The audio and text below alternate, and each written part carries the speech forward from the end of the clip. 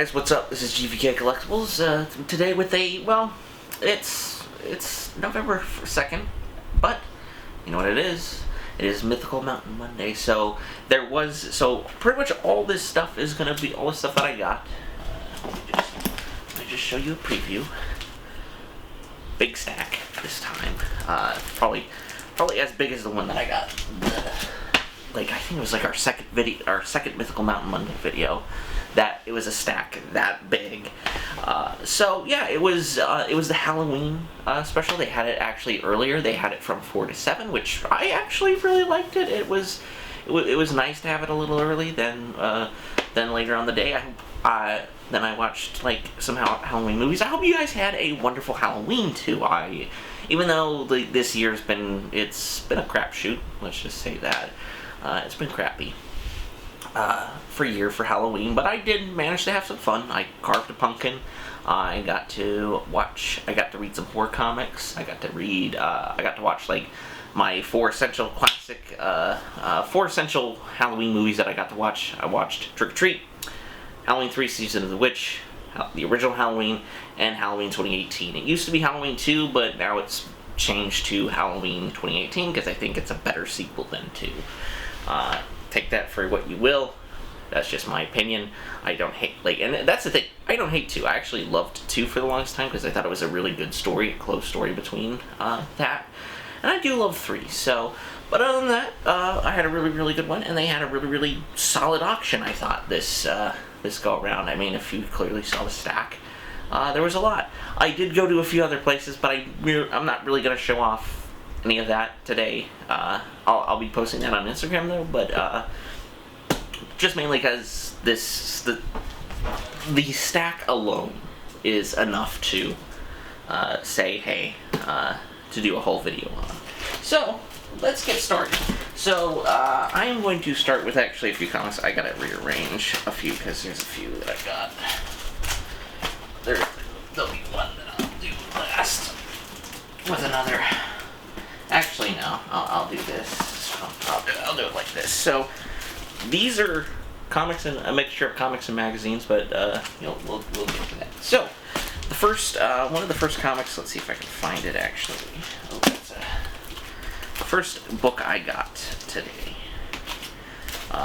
From the first one. So let's do this one. This is a cool one. I have never seen this. It is a Elseworld story called Superman Metropolis, and it looks to be based around in the movie Metropolis, which is I haven't personally seen it. I know of it. I need to watch it, but it is it's an highly influential science fiction film that really started out like.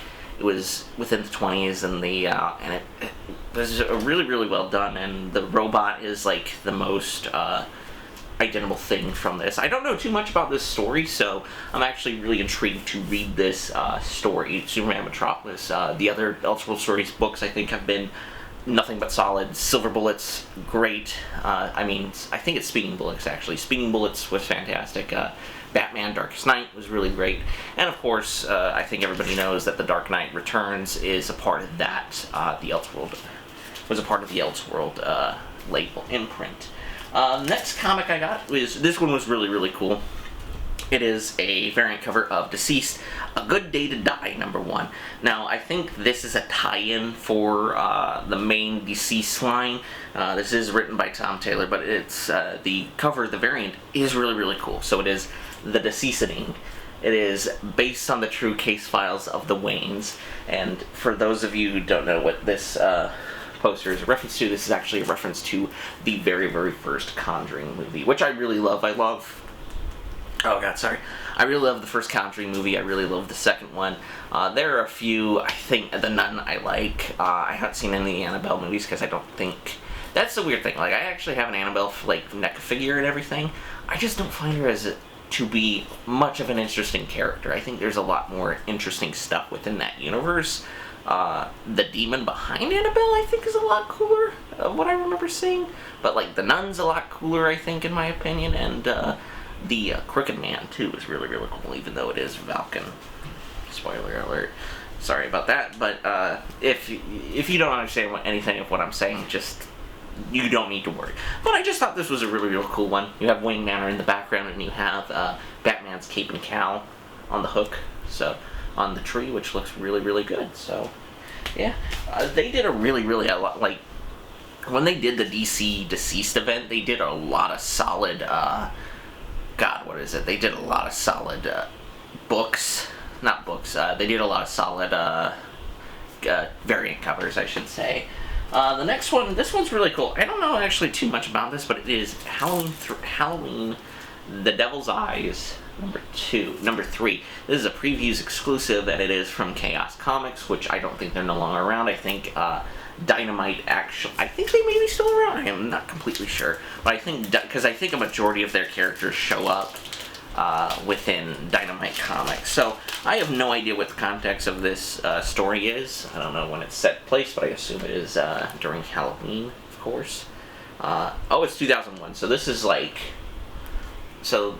yeah, this was before the remake. This is before the Rob Zombie remake. I think it's a little after Resurrection, which was the last one in the franchise for the longest time, up until the remakes. Then you had Halloween 1 and 2 from Rob Zombie. Then you had the 2018 reboot sequel, I should say. So yeah, I dig Halloween, as you all know from our Halloween episode. I love the slasher genre, so it's really, really cool. So this next one is really, really cool. This is actually from 2012. It is Clive Barker's Hellraiser, and this is actually from Boom Studios. Boom Studios, they are the ones, if you've seen previous Mythical Mountain Mondays, you will hear me talk about Something is Killing the Children, and they're currently publishing that, which I think is really, really a great series. So this is actually one of Boom's, I actually don't know when Boom came into existence, but I don't know too much about the Hellraiser comics. All that I know is they actually announced that with the HBO show that will be coming out, hopefully, Clive Barker's attached to be an executive producer, so hopefully that it'll be kind of more faithful to the original kind of vision of the film, of where, like, really when the Hellraiser franchise continuously went on, like, I think it's a weird franchise because a lot of people will say, like, I like 1, 2, and 3. 3 isn't, like, as good as 1 and 2, but, like, you can definitely say, like, 1 and 2, and even you can also say the original is solid, but you can say 1 and 2 are really, really good, in my opinion, at least. And they had some cool ideas for 2, so I am excited to see Barker get back on, because it may get the series back on track with his, like, original vision with the series. So yeah, but yeah, it's a pretty cool cover. It's only 17, so I just love horror comics, so yeah, and I love the 80s as well. Here's the next one. As a regular on the show on Mythical Mountain Mondays, it is Vampirella. Vampirella with Morrison and Millar. Mark Millar, I believe, or Mark Miller, if you want to just say it correctly. But yeah, I have no context for this. This is from Harrison Comics, also, who they're no longer around, I think, because I think Dynamite eventually got the rights to Vampirella. So yeah, I dig anything with Vampirella in it, so I can get it as much as possible. I really do love the newer runs going on, so yeah. Alright, so the next one I'm actually really excited about. As you all know, I love Friday the 13th. It is one of my favorite horror franchises. Maybe not the best, but it's my favorite. And it is Friday the 13th, How I Spent My Summer Vacation. And I have no idea what this particular story is about. It says it's written by Aaron. Wait, can that be? I'm gonna check this real quick, people. It'll.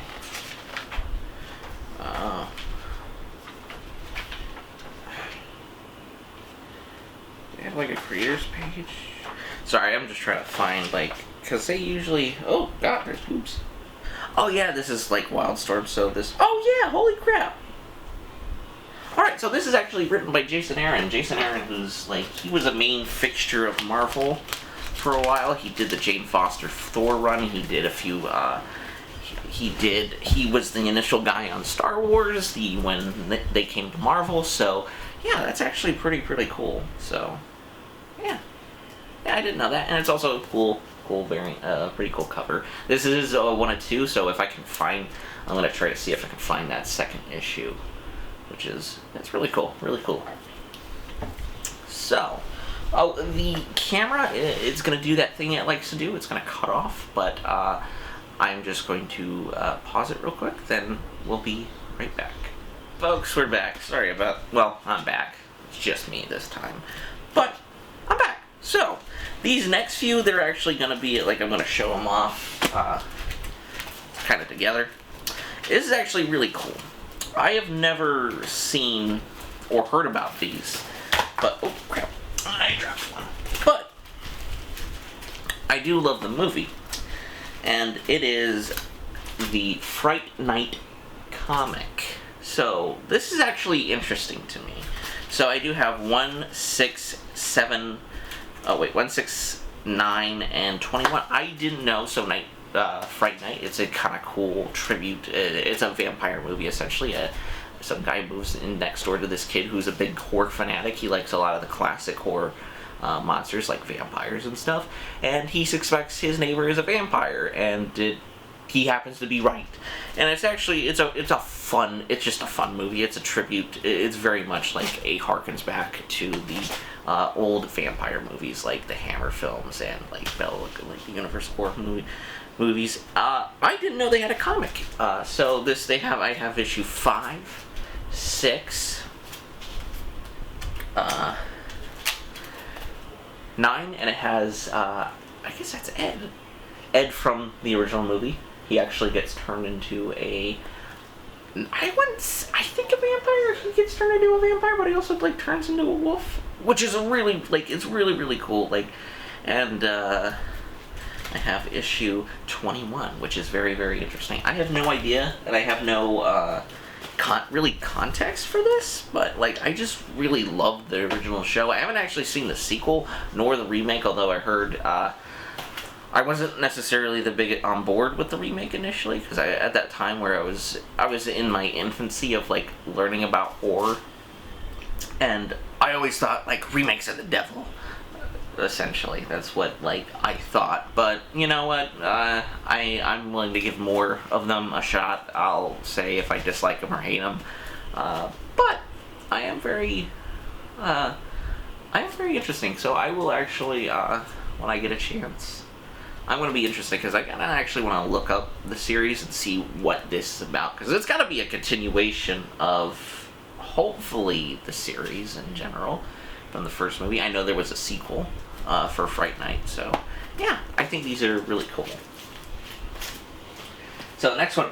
This one's not for me. This is actually more for my dad. When I saw it, I immediately thought of him because he loved the series. It is MTV presents MTV Music. It's Marvel Comics, Marvel Humor, Beavis and Butthead, and it's the Halloween special, which it looks really cool. The art style looks really cool. I dig Beavis and Butthead, but I knew my dad really liked Beavis and Butthead, so I'm like, you know what, I'll give this to him. It's a pretty cool, solid, it looks exactly, the art style looks exactly how it does in the show. I don't know who did this, so... But, yeah, other than it's me, Marvel Comics, and that's pretty cool. So, next one, as you guys know, I'm a Godzilla fan. And I do believe I have this issue, but it's just, for me, whenever I see this particular series of Godzilla comics, I immediately have to pick them up.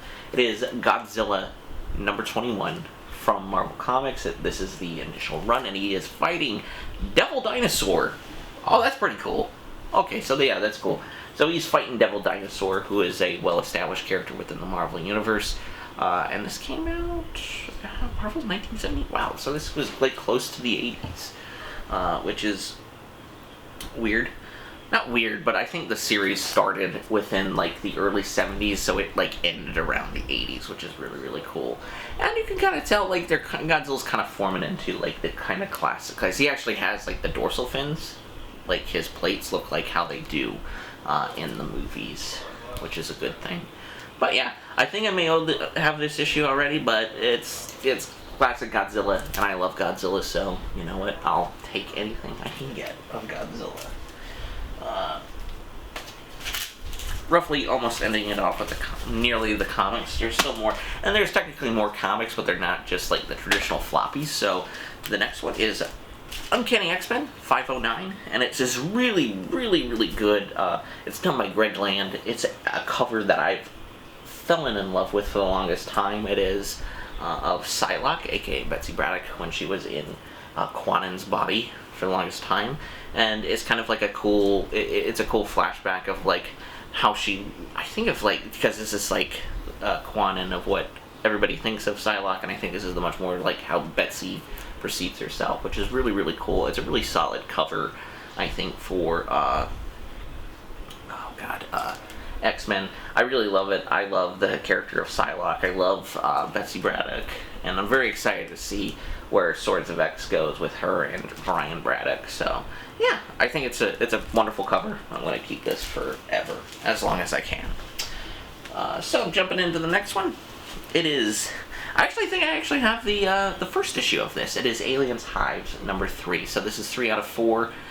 So I am getting pretty close to completing the series on this. I just need two more of the floppies in the series. And at this point, I am trying to get as much as the Dark Horse comic runs of both Alien and Predator, just because they are going to be going to Marvel soon. They actually have a few, I think for a month, I don't know when, but they have a few cool variants for Marvel, featuring the Xenomorph. I think there's a lot of cool ones. So yeah, Alien Hive, which looks really cool, and it also has that, like, the cover's really kind of grungy, but it just is that really kind of cool art style that I think of Dark Horse Comics. So yeah.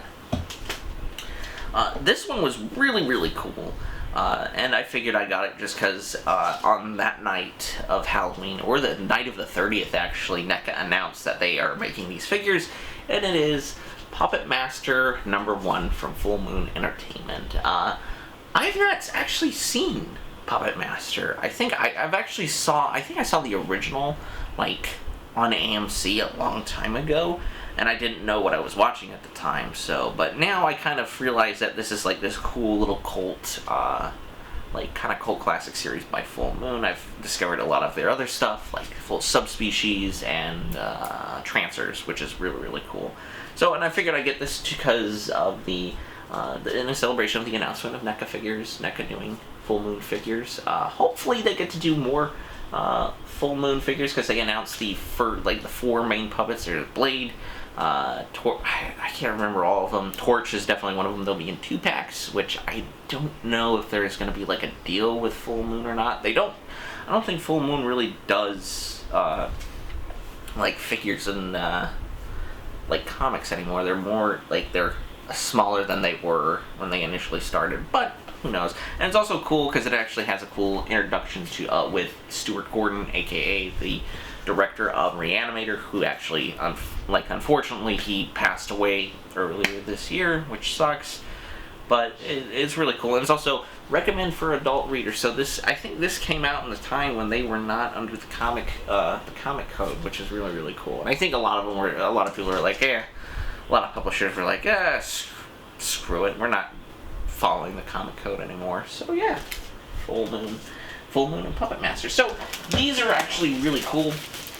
So these are a mixture of magazines and actual comics too, but in the magazine format.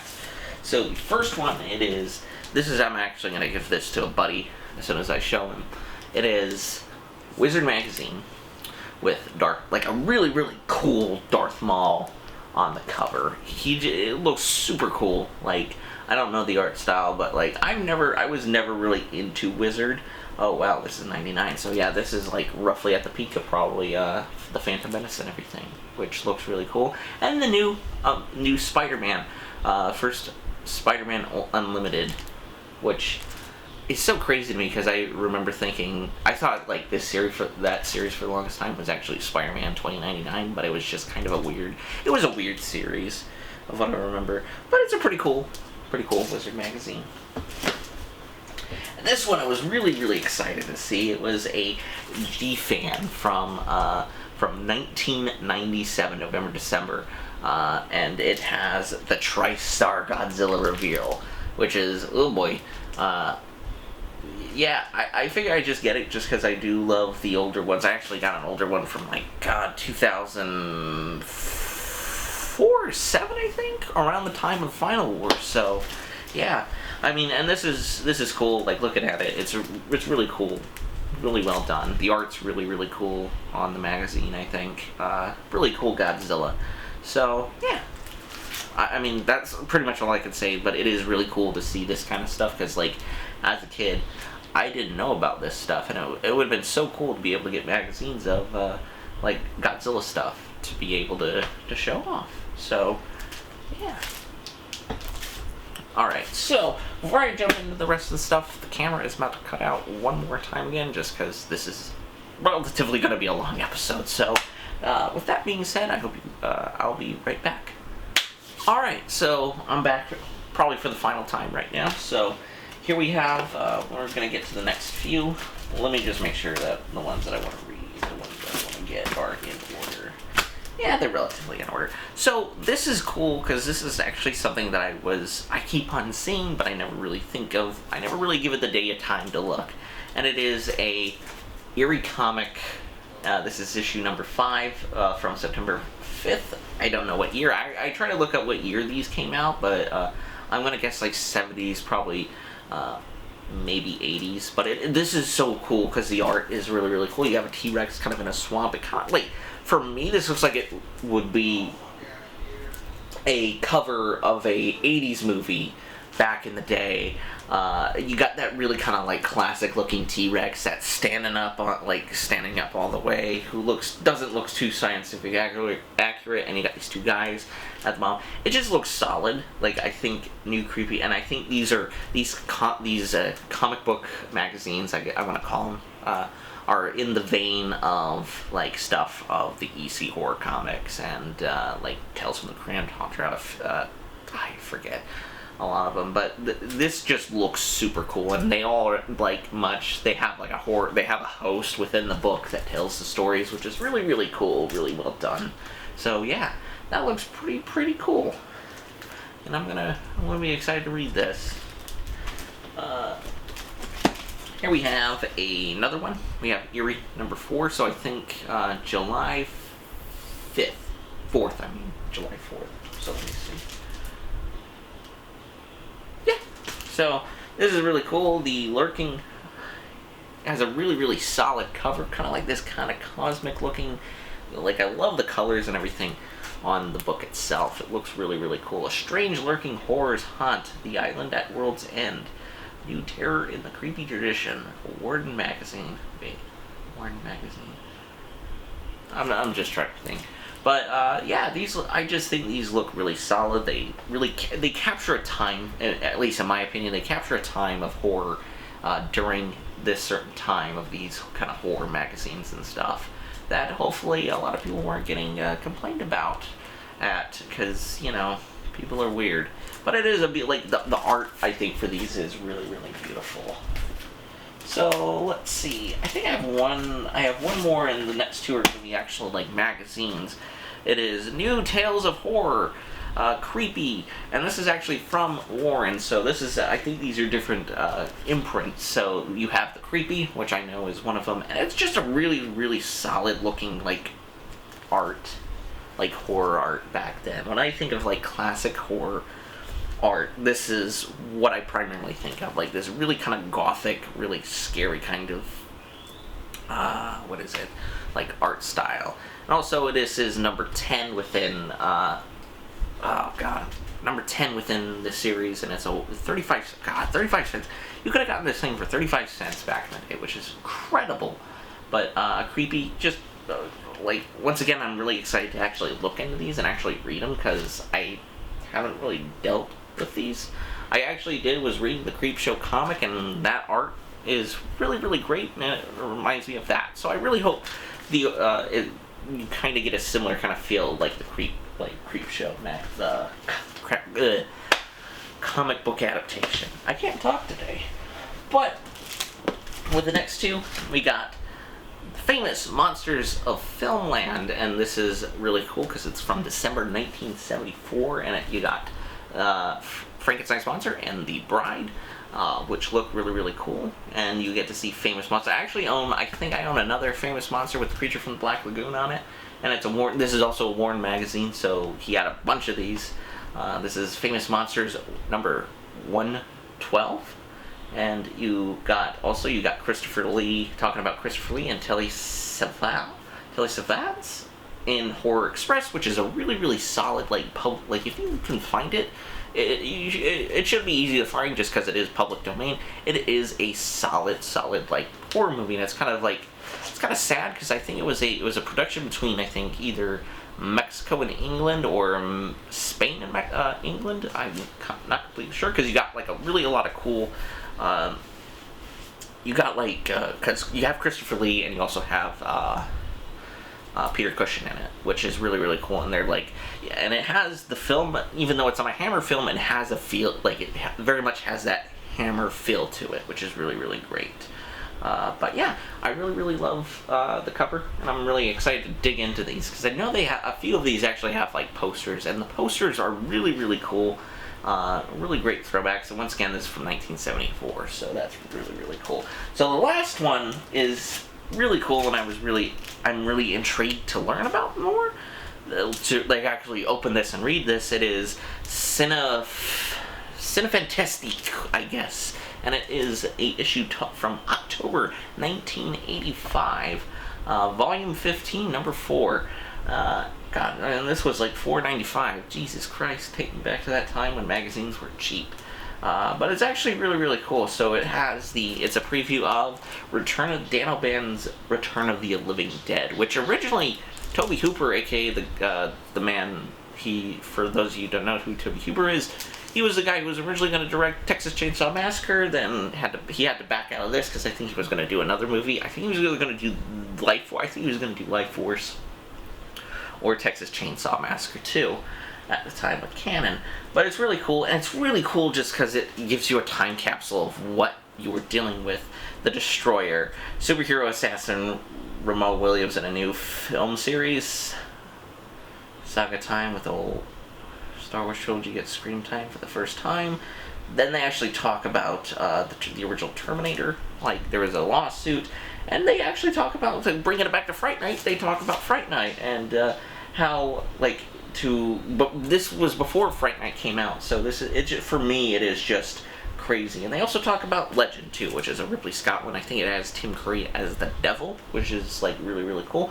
So, yeah, I am very interested to read this and to look, because I don't know anything about this, and it's really kind of cool to see that, really for the time, since now we are very much in a, for horror fans, any fan of any genre, Godzilla, if you're a kaiju fan, an anime fan, the internet has kind of spoiled us because we're able to find this stuff really quickly.